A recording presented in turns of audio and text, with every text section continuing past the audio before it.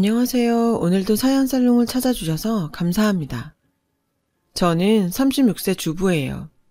저에겐 5살 아들과 2살 딸이 있는데요. 남매를 키우며 다짐했던 게 하나 있어요. 그 이야기를 하려고 이렇게 사연을 보내게 되었고요. 저희 시댁엔 남편 외에 딸이 하나 있어요. 시어머니는 상견례 때 저를 당신 딸처럼 예뻐해주겠다고 하셨죠. 전 친정엄마가 일찍 돌아가셔서 엄마 정을 못 받고 자랐거든요. 그래서 시어머님의 그 말씀이 그렇게 고마울 수가 없었죠. 저희 아빠도 이런 집이라면 마음 놓고 딸을 시집 보낼 수 있겠다시며 사위를 아들처럼 생각하겠다고 하셨고요.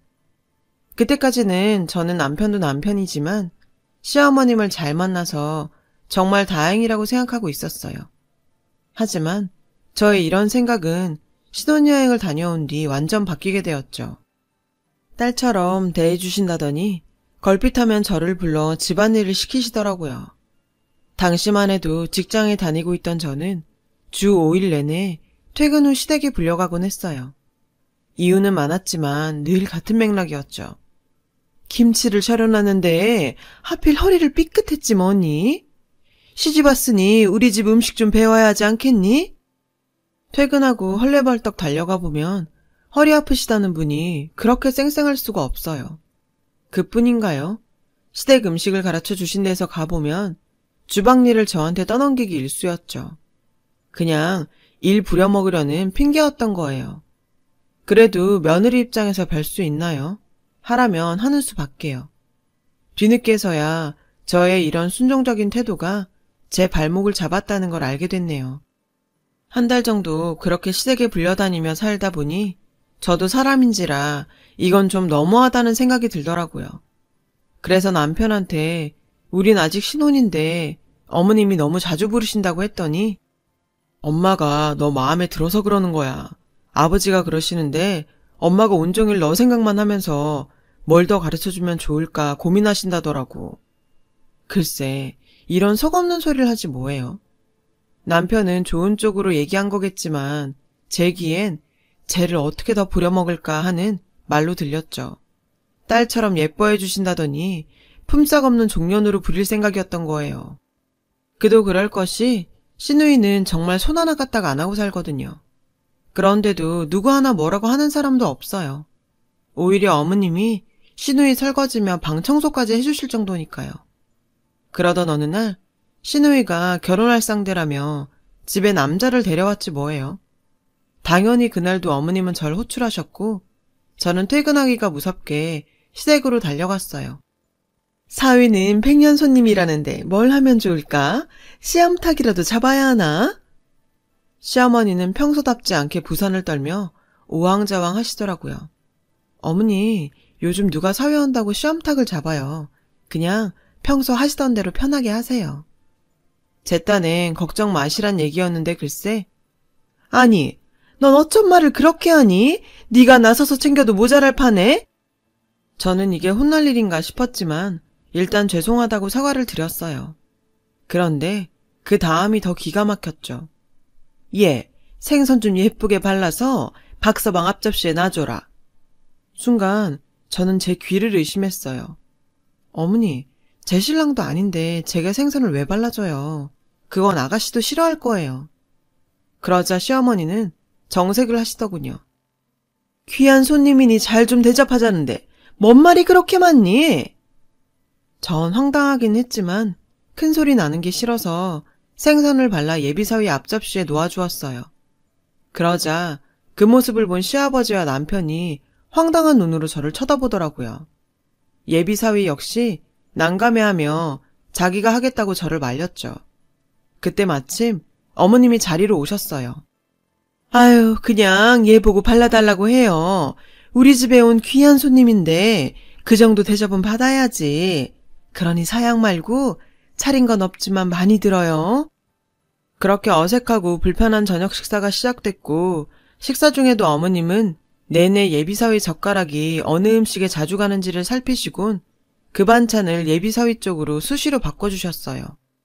보는 사람이나 대접을 받는 사람이나 모두 불편하기 짝이 없는 자리였지만 시어머니만큼은 아니었죠. 꿀이 떨어지는 눈빛으로 예비사위를 챙기시며 신이 나셨으니까요. 그렇게 예비사위는 극진한 대접을 받고 돌아갔고 저는 산처럼 쌓인 설거지를 해치우느라 허리가 휠지경이었죠. 그때 거실에서 시어머니 목소리가 들렸어요. 사람이 아주 인물도 좋고 성격도 좋고 엄마는 너무 마음에 든다. 저는 그 말을 듣고 콧방귀를 뀌었어요. 어머님이 좋아하시는 건 그 사람 됨됨이가 아니라는 걸 전 알고 있었거든요. 조금 전 인사 온 예비사위는 업계에서 잘 나가는 회계사였거든요. 인사 올 때도 꽃다발과 명품 스카프를 선물로 들고 왔어요. 솔직히 어머님은 예비사위에 재력이 좋으셨던 거예요. 집에 돌아온 저는 남편한테 오늘 식사 자리에서 보고 느낀 걸 얘기했어요. 그러자 남편이 정색을 하더군요. 뭘 또 그렇게까지 꼬아서 생각하냐? 예비사위가 마음에 들어 그런 거지. 미영이 시집 못 가면 어쩌나 걱정했는데 괜찮은 사람을 데리고 오니까 그게 기뻐서 그러시는 거 아니겠냐고. 남의 편이라서 남편이라더니 그 말이 딱 맞더라고요. 아무리 사윗감이 생겨서 좋아도 그렇지 그런다고 며느리한테 예비사위 생선까지 발라주게 해요. 그렇게 좋으면 어머님이 직접 하시든가 아니면 시누이를 시켰어야죠. 저는 이렇게 살 수 없다 생각했어요. 남편이 협조하지 않으니 스스로 대책을 마련하기로 했죠. 그래서 최대한 퇴근을 미루고 잔업을 늘려서 어머님의 부름을 피하기로 했어요.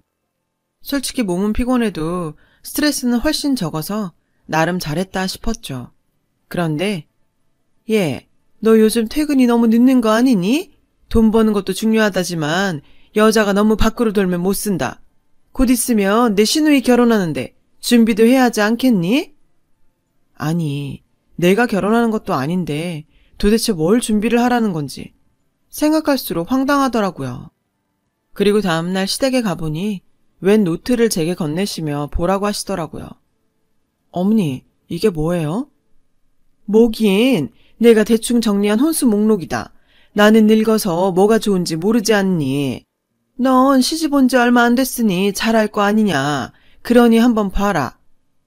혼수엔 냉장고, TV, 소파, 침대 등 혼수 목록이 빼곡하게 적혀 있었어요. 설마 이 많은 걸 다 하시는 건 아니죠? 딱 봐도 견적이 어마어마했어요. 그런데 그 순간 쌍한 기분이 들더라고요. 전 설마 하는 마음으로 비용 문제에 대해 여쭈어 보았어요.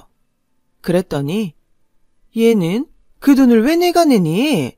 그중에 네가 할 수 있는 건 네가 하고 미영이가 할 수 있는 건 미영이 보고 하래서 서로 나눠서 해야지. 전 기가 막혀서 본심이 나와버렸어요. 네? 제가 그걸 왜 해요? 그러자 시어머니는 황당하다는 듯 저를 쳐다보셨어요. 넌 올케라는 애가 시누이 시집 가는데 아무것도 안 하려고 했니? 오히려 저를 쏘아붙이시더라고요. 저는 이대로는 안 되겠다 싶어서 솔직히 말씀드렸어요. 어머니, 저희 결혼하느라 가진 건 은행 대출금이랑 카드빚밖에 없어요. 성의 표시 정도야 하겠지만 솔직히 저희 형편에 이런 목록들은 무리예요. 제 말에 시어머니는 인상을 팍 쓰시더니 제 손에 들려있던 노트를 신경질적으로 뺏어가셨어요. 그런데도 저는 딱히 뭐라 할 말이 없었죠. 그 일이 있고부터 시어머니는 저에게 서운해서인지 연락을 뚝 끊으셨고 저는 조금은 신경 쓰였지만 일부러 야근하지 않아도 호출당할 일이 없으니 솔직히 편하다 생각했어요. 이렇게 지내는 것도 나쁘지 않다고 생각할 정도로요. 그런데 어느 날 남편의 급여통장 지출 내역을 확인하다 눈에 띄게 많이 나온 카드값에 불길한 예감이 들었어요. 자기야, 이번 달 카드값이 왜 이렇게 많이 나왔어? 그러자 남편이 눈치를 보며 말하더군요. 아, 그게 내가 미영이 결혼 선물로 냉장고랑 TV 사줬어. 아, 정말. 아니, 왜 그걸 자기 멋대로 정해요? 적어도 저하고 상의 정도는 했어야죠. 저는 화가 머리 끝까지 나서 말도 제대로 안 나왔어요. 그런 제 모습에 남편은 서둘러 변명을 늘어놓기 시작했죠. 무이자 24개월 긁었어. 하나뿐인 여동생인데 오빠가 그 정도는 할 수 있잖아. 내가 알아서 할부금 낼 테니까 자긴 걱정 안 해도 돼. 아니, 어떻게 걱정을 안 해요. 가계부에 구멍이 나게 생겼는데. 팔은 안으로 굽는다고? 이럴 때 보면 남편도 시어머니랑 하나도 다를 게 없다니까요. 저는 시어머니께 더 화가 났어요. 저희 상황 다 말씀드렸는데 어떻게 저 모르게 뒤에서 이럴 수 있냐고요. 그렇다고 며느리가 시어머니한테 돈 문제로 따지기도 그렇고 시누이 혼수 카드값을 무려 2년이나 부담해야 한다는 사실도 짜증이 났어요. 얼마 뒤 시어머니한테 전화가 왔더군요. 자신이 원하는 걸 얻어서 그런지 한층 밝은 목소리였죠. 예, 요즘 내가 신경을 통 못 써줘서 미안하구나. 그래서 오늘은 너 좋아하는 닭볶음탕 하려는데 몇 시에 퇴근하니? 저는 괜찮다고 거절하고 싶은 마음이 굴뚝 같았지만 계속 꿍에 있을 수도 없어서 퇴근하고 바로 가겠다고 했어요. 시누이 선물 사건도 있고 시댁에 남편 혼자 보내는 게 불안했거든요. 그렇게 오랜만에 시댁에 가보니 시누이는 결혼 준비로 신이 났더라고요. 그 모습을 보니 또 남편의 카드값이 떠올라 속에서 우라통이 터졌죠. 형편이 좋았다면 당연히 기분 좋게 사줄 수 있겠지만 저희가 그럴 형편이 못 되거든요. 그런데 능력도 안 되면서 무리하게 혼수를 해가려는 시누이의 허영은 이게 끝이 아니었어요. 글쎄, 결혼 전에 100만 원이 넘는 웨딩케어를 받아야 한다며 난리지 뭐예요. 거기다 신혼여행 갈 때 샤넬백 정도는 들고 가야 기가 죽지 않는다나 뭐라나. 말도 안 되는 소리를 하더라고요. 철딱선이 없는 시누이 말에 전 정말 기가 차서 표정 관리가 안 되더라고요. 근데 하필 이런 제 모습을 시어머니가 보셔서 사태는 더욱 심각한 상황에 빠지고 말았죠. 예, 넌 표정이 왜 그 모양이니? 너 기분 풀어주려고 우리 식구들은 좋아하지도 않은 닭볶음탕까지 만들어 바쳤는데 꼭 그딴 표정으로 시애미한테 시위를 해야겠어? 결국 저는 불같이 역정을 내시는 시어머니한테 잘못했다고 사과를 해야 했어요. 그런데 문제는 그렇게 시작된 어머니의 화가 쉽게 누그러지지 않았다는 거예요. 그리고 급기야 아무리 엄마 없이 컸어도 그렇지 니네 아버지는 그런 예절도 안 가르치고 뭐 했다니? 시어머니는 결국 선을 넘으셨고 저는 그 소리를 듣고 가만히 있을 수는 없었어요. 어머니, 말씀이 좀 지나치시네요. 제가 죄송하다고 말씀드렸는데 꼭 이렇게까지 돈 없는 말씀을 하셔야 해요? 저도 지금 참고 있는 거예요. 그러자 시어머니는 목청을 높이셨죠. 어디 어른이 말씀하시는데 또박또박 말대꾸야? 내가 언제까지 너 하는 꼴을 봐줘야 돼? 내가 말을 안 해서 그렇지? 내 아들 사위로 달라는 데가 한두 집이었는지 아니? 주제도 모르고. 그 순간 저는 더 이상은 좋게 끝낼 수 없겠다는 생각이 들었어요. 그래서 이참에 할 말은 해야겠다 하는데 글쎄 제 의지와는 상관없이 눈물이 흐르지 뭐예요. 목이 메어서 말을 제대로 잇지 못하겠더라고요. 그때 기가 막히게 저희 남편과 전에 예비사위가 집으로 들어왔고 남편은 눈물 범벅인 절 보고 의아한 표정이었죠. 더 기가 막힌 건 그 다음이었어요. 우리 며느리가 회사에서 힘든 일이 있었다나 봐요. 예, 그만 눈물 그쳐라.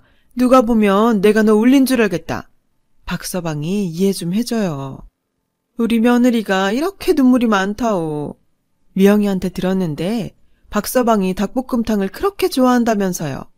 마침 우리 며느리도 닭볶음탕을 좋아해서 내가 같이 먹자고 불렀어요. 하, 기가 막혀. 날 울린 게 누군데? 게다가 저 먹으라고 했다던 닭볶음탕도 사실은 사위 먹이려고 한 거면서 나한테 갖은 생생을 다 내고 정말 소름이 끼쳐서 더는 이 집에 있고 싶지 않았어요.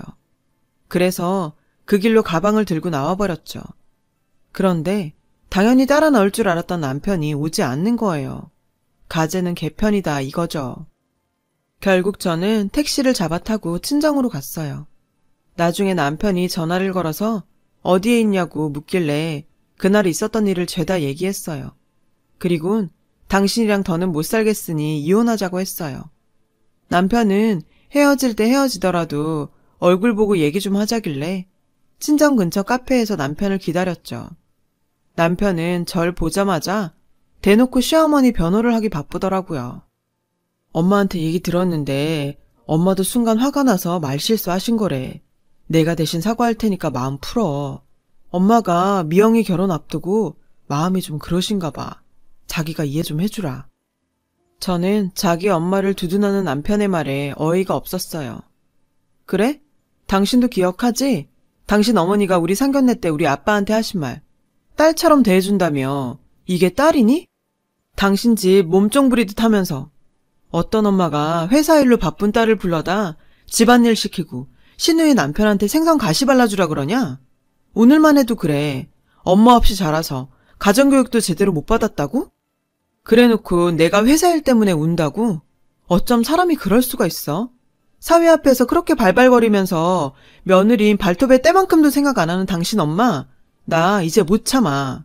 그러니까 더 이상 나한테 이해하란 소리 하지 말라고. 제가 악에 받쳐서 소리를 질러대자 남편은 주변을 살피기 시작했어요. 그리곤 마음에도 없는 위로를 하더군요. 그래, 알았어. 자기 마음 다 이해해. 내가 앞으론 자기 보고 우리 집에 가자고 안 할게.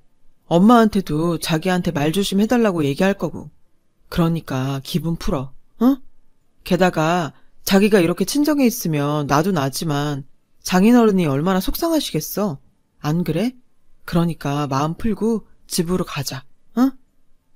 남편은 서둘러 상황을 정리하려 했어요. 진심이라곤 전혀 느낄 수 없을 정도로 입에 발린 소리란 걸 알고 있었죠. 하지만 남편 말대로 이대로 친정에 있게 되면 아빠가 속상해 하실 것 같아서 할 수 없이 남편을 따라 나섰죠. 그날 밤 진정이 되지 않는 속을 끙끙 앓으며 긴 밤을 혼술로 보냈어요. 그날 이후 저와 남편은 신혼임에도 불구하고 대면대면하게 지내게 되었고 시댁에선 더 이상 연락이 없었어요. 나중에 남편한테 들어보니 이제부터 모든 할 말은 자기를 통해서 하고 저에겐 아주 급한 일이 아니면 연락하지 말라고 신신당부를 했다더군요. 남편의 말에 별로 믿음은 안 가지만요. 다행히 시간이 흐를수록 남편과는 조금씩 관계를 회복했고 전처럼 지내게 되었어요. 문제는 시누이 결혼 날짜가 가까워지고 있다는 거였죠. 그런데 결혼식을 일주일 앞둔 상황에도 시댁에선 저와 남편에게 별다른 얘기가 없었고 은근 신경이 쓰이기 시작했어요. 그래서 저보다 결혼을 빨리 한 회사 동료한테 고민 상담을 했죠. 동료는 나중에 뒤탈이 없으려면 마음에 없어도 전화나 문자 한번 해보라고 하더라고요. 저도 그게 도리인 것 같아 그러기로 했죠. 그래서 큰맘 먹고 시어머니께 전화를 걸었어요.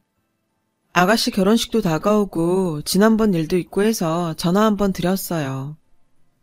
처음엔 대면 하던 시어머니는 통화가 길어지자 예전 모습 그대로 돌아오셨고 결국 모든 건 제 탓으로 돌리셨죠. 괜히 전화했다는 생각만 머릿속에 맴돌더라고요. 아무튼 내가 이번 일은 집안에 좋은 일 앞두고 있으니까 그냥 넘어간다만 다음엔 얄짤없어. 알겠니? 시어머니는 혼자 정리를 하시곤 전화를 끊으셨어요.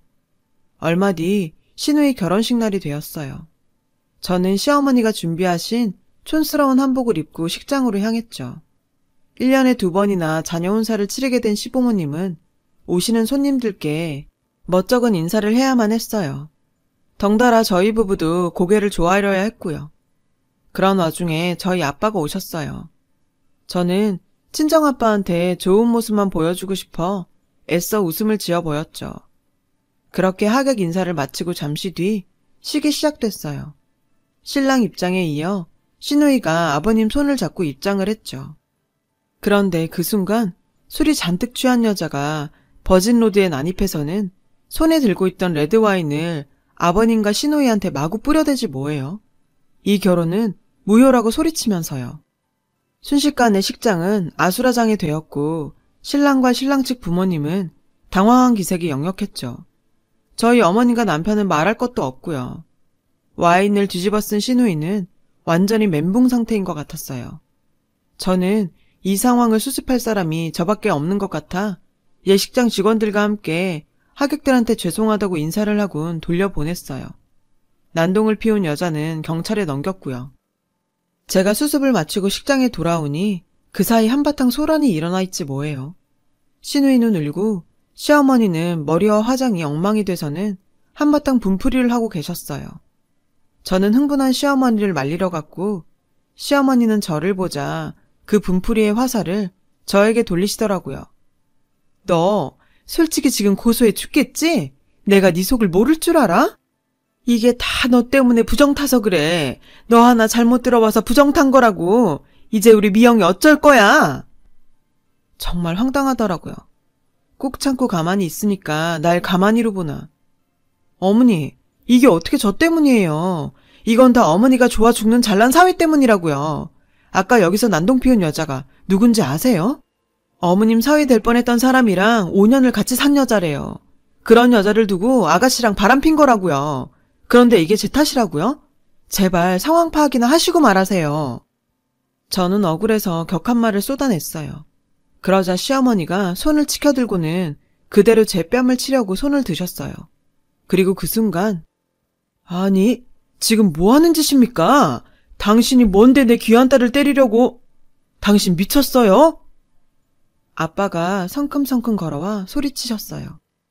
저는 친정아버지를 보자 왈칵 눈물이 쏟아졌어요. 아빠는 저를 당신 뒤에 숨기시고는 시어머니를 죽일 듯 노려보셨어요. 그제야 정신이 든 시어머니는 어쩔 줄 몰라 하며 사과하셨어요. 하지만 화가 가라앉지 않는 아빠는 역정을 내셨죠. 딸처럼 예뻐해준다더니 내 딸한테 여태 이런 몹쓸 짓을 한 겁니까? 내가 당신 아들한테 똑같이 해볼까요? 시아버지는 자기가 대신 사과할 테니 이번 한 번만 이해해달라고 무릎을 꿇으셨어요. 그리고 시어머니를 꿇어 앉히셨죠. 아빠는 그런 시부모님을 노려보다가 제 손을 끌고 식장을 나가셨어요. 저는 그 길로 친정아버지의 손에 끌려 친정으로 가게 되었어요. 남편은 그날 저녁 친정으로 왔어요. 정말 잘못했다며 빌었지만 아빠는 이런 남편의 행동에도 불구하고 외면한 채 고개를 돌리셨습니다. 남편은 필사적으로 매달렸어요. 그렇게 몇 시간을 손이 발이 되도록 빌고 나서야 아빠는 용서해 주셨죠. 그 덕에 저는 다시 저희 집으로 돌아왔어요. 그날 이후 시댁과는 완전히 연락을 끊고 살고 있어요. 6년이 지난 지금도 가끔 손주들만 보여드릴 뿐 저는 시댁엔 왕래를 하지 않죠. 명절에도 저는 친정에, 남편은 시댁에 각자 가고 있고요. 언젠가는 아이들 때문에라도 조금씩 경계를 풀게 될지도 모르겠지만 아직은 지금처럼 지내려고요. 사람은 고쳐 쓰는 게 아니라고 세월이 지난다 해도 어머님이 변할 거란 기대는 안 하니까요. 그래도 이런 시어머니를 만나 한 가지 깨달은 게 있어요. 나중에 내 아들이 며느리감을 데려오면 딸처럼 예뻐하겠다는 생각 대신 손님처럼 귀하게 대접해야겠다는 마음을 가져야겠다고 말이죠. 그게 고부간의 예의라고 생각하니까요. 지금까지 제 사연 들어주셔서 감사드리고요. 여러분의 가정에 행복이 가득하시길 바랄게요. 여러분, 사연 댓글에 응원과 현명한 조언 부탁드려요. 좋아요와 구독은 저에게 큰 힘이 됩니다. 오늘도 좋은 일 가득하세요.